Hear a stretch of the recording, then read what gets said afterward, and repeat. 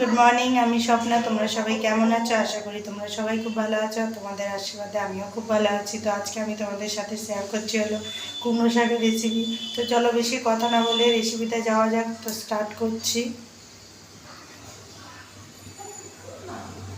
বন্ধুরা দেখো, এখানে তেলটা গরম হয়ে গেছে। আমি তেলে বড়িটা দিয়ে দিলাম।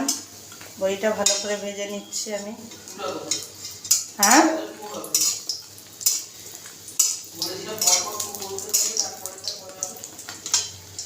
এখানে দেখো বেগুন আলু কেটে নিয়েছি আর ডাঁটাগুলো এক জায়গায় দিয়ে দিয়েছি। আর এখানে দুটো কাঁচা লঙ্কাও কেটে রেখেছি, এই দেখো। আর এখানে শাকগুলো আলাদা করে রেখেছি। নরম শাকগুলো নেব। এদিকে আবার বড়িটা বেশি ভাজা হয়ে গেল, বড়িটা তুলে নিচ্ছি।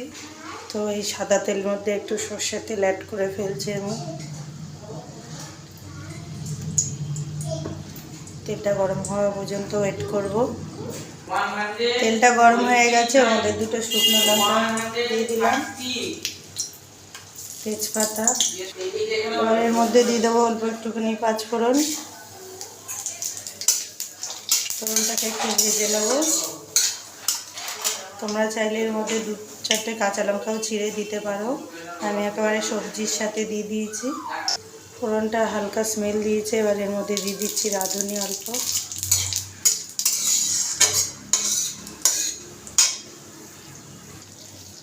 ফোড়নটা ভালো করে ভাজা হয়ে গেছে। এবার এর মধ্যে দিয়ে দিচ্ছি কেটে দিয়ে রাখা সবজি।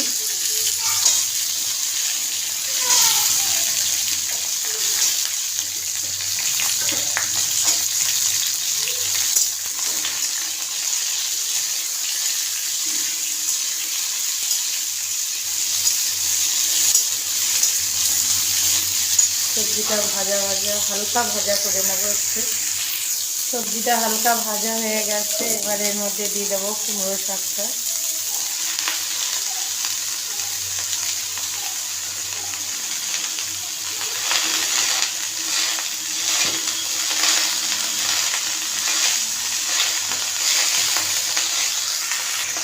এবার এর মধ্যে দিয়ে দিচ্ছি স্বাদ মতো নুন।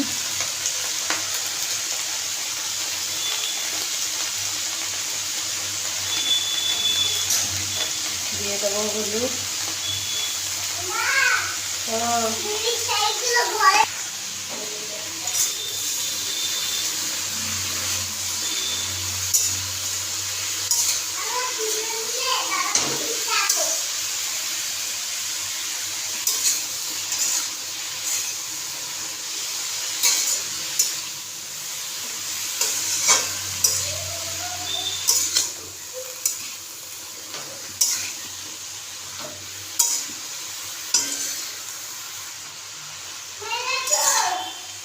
দাঁড়াও দেখছি।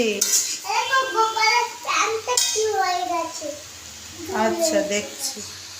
তো বন্ধুরা নাড়াচাড়া দিয়ে দিয়েছি। এবার ঢাকা দিয়ে দেবো। ঢাকাটা খুলে নিলাম। এবার অল্প একটু জল দিয়ে দেবো এতে।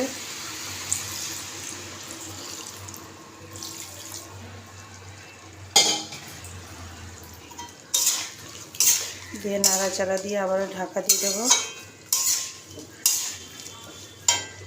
দেখো শাকটা অনেকটা হয়ে এসছে। এবার দিয়ে দিচ্ছি ভেজে রাখা বড়ি।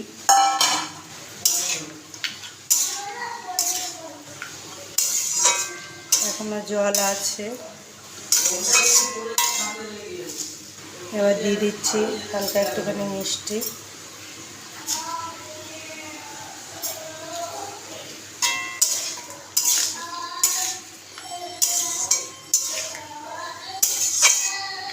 বাপি, এবার চাপা দিয়ে দেবো আর একটু ওয়েট করবো। হয়ে গেলে নামিয়ে নেবো। তো বন্ধুরা দেখো কুমড়ো শাক একদম রেডি। তো টাটা, দেখা হচ্ছে পরের ভিডিওতে। ততক্ষণ সুস্থ থেকো, ভালো থেকো। আর রেসিপিটা যদি ভালো লাগে প্লিজ লাইক কমেন্ট সাবস্ক্রাইব করে দেবে। টাটা।